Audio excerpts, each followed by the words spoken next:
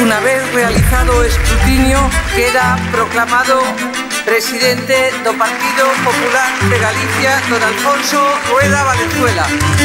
Hoxe empeza un novo camiño e conto con todos vós para que me deades forza e para que teñamos éxito.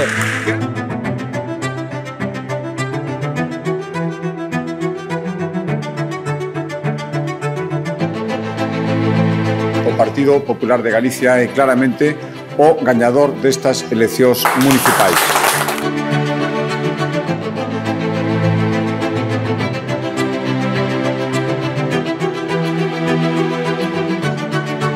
O Partido Popular gañou claramente as eleccións en España e gañou abrumadoramente as eleccións en Galicia esta noite.